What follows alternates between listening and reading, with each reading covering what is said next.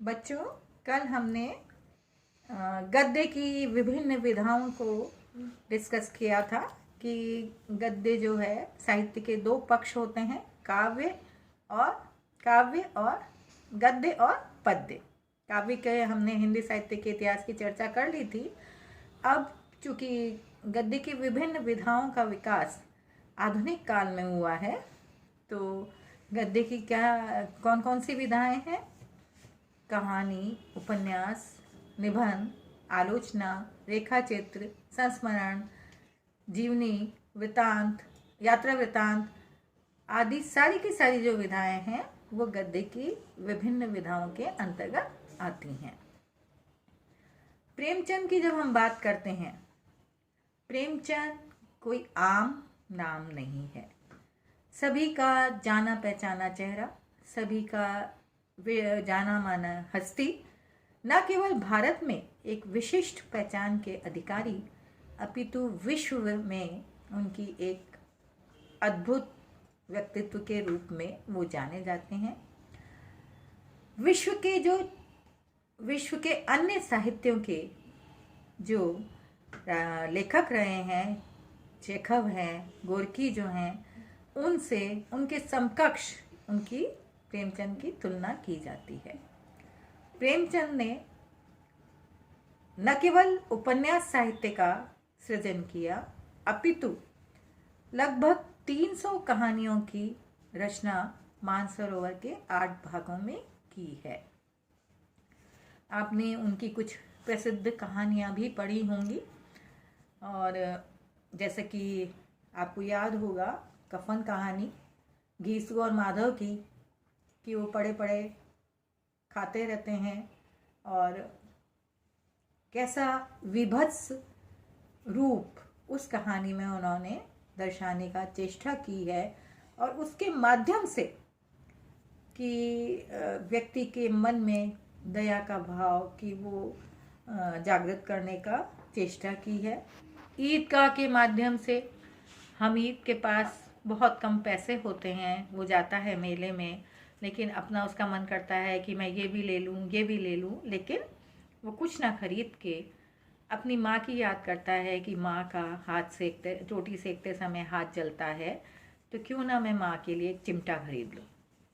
तो एक छोटे बच्चे की मानसिकता का उन्होंने इतना सुंदर चित्रण किया है कि वो निश्चय ही मन स्पर्शी चित्रण बन पड़ा है।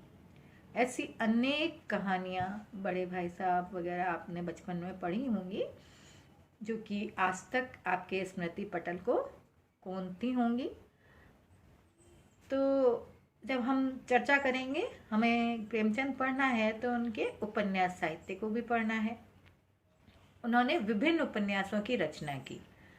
पहले वो उर्दू में लिखते थे, और उर्दू में उनका जो सोजे वतन संग्रह था उसको ब्रिटिश सरकार द्वारा जब्त कर लिया गया था।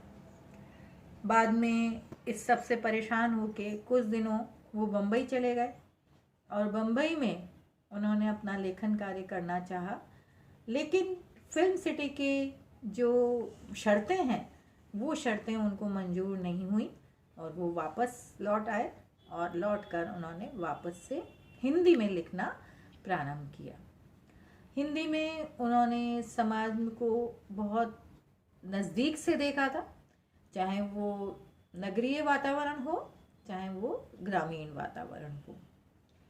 तो समाज में उस समय जो विभिन्न प्रकार की विसंगतियां थीं, विषमताएं थीं, कुरीतियां थीं, कुप्रथाएं थीं, उनको उन्होंने न केवल देखा, अपितु इतनी गहराई से देखा जैसा लगता है मानो उन्होंने हर एक चीज को अनुभव करने के साथ भोगा भी हो। उनके उस चित्रण में उस भोगे यथार्थ का गंभीरता हमें दृष्टिगत होती है। ऐसा लगता है मानो वो केवल उसको चित्रित नहीं कर रहे, अपितु ऐसा लगता है मानो उसको उन्होंने जिया है। उसकी जीवंतता उनके उस चित्रण में हमें देखने को मिलती है। उस समय समाज में विभिन्न प्रकार की कुप्रथाएं प्रचलित थीं। दहेज प्रथा, विधवा विवाह, अनमेल विवाह, वैश्या प्रथा, गबन, रिश्वतखोरी, भ्रष्टाचार, कालाबाजारी आदि विभिन्न प्रकार की जो विसंगतियां थीं, विषमताएं थीं, कुप्रथाएं थीं, उनको उन्होंने दूर करने की चेष्टा की। और ग्रामीण परिवेश में किस प्रकार एक व्यक्ति कर्ज में पैदा होता है और कर्ज में ही मर जाता है। उसके जीवन की आपने गोदान पढ़ा हो तो जैसा कि नाम से ही पता लगता है, गोदान। उसका जो प्रमुख पात्र है होरी, उसके जीवन की एकमात्र इच्छा थी गाय दान करने की, लेकिन वो आजीवन कर्जे में इस प्रकार डूबा रहा कि वह अपनी इस इच्छा का, अदम्य इच्छा को भी वो पूर्ति नहीं कर पाया। और उसका जो वो है कि कहता है कि वो अपने से बड़ों के, राय साहब के लिए कहता है कि अपने से बड़ों के तलवे सहलाने में ही कुशल है। तो इस तरह की जो मानसिकता है, उस समय क्या था, जमींदारी प्रथा थी और जमींदारों का जो अत्याचार एक साधारण मानव झेलता था, उसका उन्होंने गोदान में बहुत अच्छे से चित्रण किया है। लेकिन होरी क्या था, भीरू प्रकृति का था, लेकिन होरी की जो पत्नी थी धनिया, बहुत प्रखर, प्रगल्भ और उस समय भी नारी सशक्तिकरण का एक अद्भुत अनूठा उदाहरण थी। जब गोबर झुनिया से शादी कर लाता है तो होरी डरता है कि इसको हम आश्रय नहीं दे सकते, ये निम्न जाति की है, कैसे हमको लोग समाज बाहर, जाति से बाहर कर देंगे, समाज से निकाल देंगे, जात बाहर कर देंगे। तो धनिया उस समय बहुत अपने निर्भीकता का परिचय देते हुए कहती है कि नहीं, ऐसा कुछ नहीं है, डरने की बात नहीं है। तो नारी सशक्तिकरण का सबल उदाहरण हमें धनिया के रूप में उसमें दिखाई देता है। इसी तरह से हम बहुत सारी चीजें हैं, इसमें भी वो नारी शिक्षा के समर्थक हैं, स्त्री शिक्षा के समर्थक हैं। मेहता और मालती के माध्यम से वो एक ऐसे चरित्र का उद्घाटन करते हैं, वो कहते हैं कि वो बाहर से तितली और भीतर से मधुमक्खी है। तो वो ये कहते हैं कि नारी शिक्षित हो, पर्दा प्रथा के घोर विरोधी हैं वो, क्योंकि उससे पहले क्या था, मध्यकाल में मुसलमानों के आगमन से स्त्रियों की शिक्षाओं का बिल्कुल निषेध हो गया था, पर्दा प्रथा प्रारंभ हो गई थी, स्त्रियों पर अनेक प्रकार की पाबंदियां थीं, उनको क्या करना चाहिए, क्या नहीं करना चाहिए, इस प्रकार के अनेक पाबंद थे। उनके एक नियम कानूनों में जकड़ा हुआ था उनका व्यक्तित्व, और वो पुरुषों की एक तरह से हाथ की कठपुतली थी। लेकिन प्रेमचंद ने, जिस तरह से गांधी ने स्त्री को आगे बढ़ाने में, स्त्री की जो उनकी स्त्री के संबंध में जो विचारधारा थी, वही विचारधारा प्रेमचंद की भी हमें दृष्टिगत होती है। वो स्त्री शिक्षा के प्रबल समर्थक थे, पर्दा प्रथा के घोर विरोधी थे, विधवा विवाह के समर्थक थे, अनमेल विवाह के विरोधी थे, और दहेज जैसी जो समस्या है, दहेज जो हमारे समाज में इतना सुरसा की तरह जो मुंह बाए खड़ा रहता है, और आज अगर हम आधुनिक समय में देखेंगे तो वो तो और विकराल रूप धारण करता जा रहा है। आज जब हम विवाह करते हैं तो एक तरह से ये हमारी उसका बड़े आदमी होने का, कि हम कितना एक प्रदर्शन की जो प्रवृत्ति हो गई है कि हमने इस विवाह में इतना खर्चा किया, हमने इस विवाह में इतना खर्चा किया, तो एक तरह से स्वरूप बदल गया दहेज का। लेकिन दहेज जो है आज तक हमारे किसी ना किसी रूप में आज तक चल रहा है।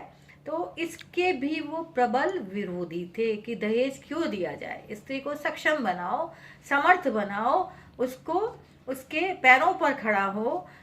वो स्त्री शिक्षा के समर्थक थे, लेकिन वो ये नहीं चाहते थे कि वो घर से बाहर निकल के नौकरी करे, वो पुरुष के साथ कंधे से कंधा मिलाकर काम करे। पुरुष की जैसे एक गाड़ी के दो पहिए होते हैं, एक दूसरे के पूरक होते हैं, ऐसे ही स्त्री और पुरुष एक दूसरे के पूरक हैं।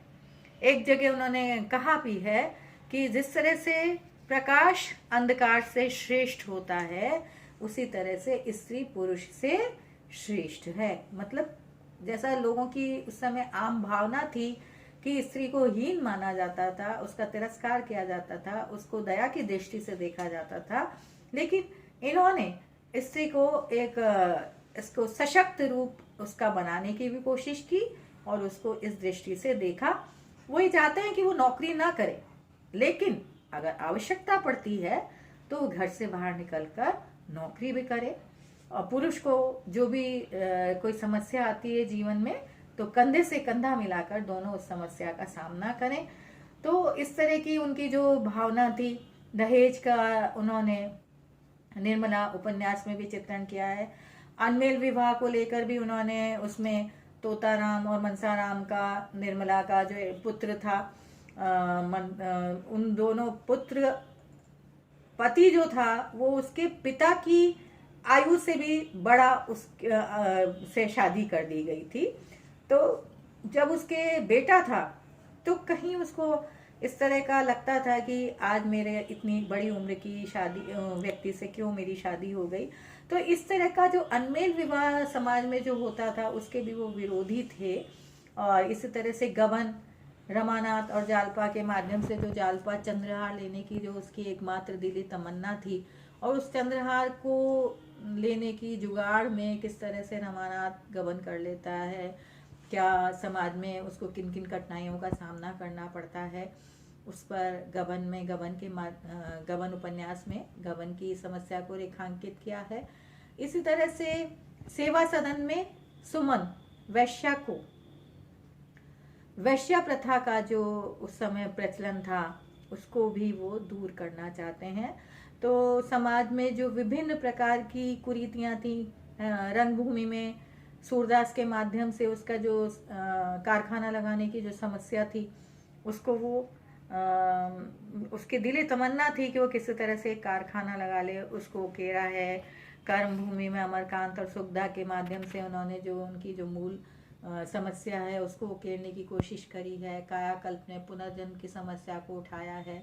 मंगलसूत्र जो उनका उपन्यास है वो अपूर्ण रह गया, बाद में उनके बेटे द्वारा उसको पूरा किया गया। तो इस तरह से जो प्रेमचंद हैं वो मैंने अभी आपको बहुत थोड़ी थोड़ी सी उनके जो संपूर्ण उपन्यास साहित्य कुछ कुछ उसकी जानकारी दी। कल हम इस पर थोड़ा धीरे धीरे आगे विस्तार से चर्चा करेंगे।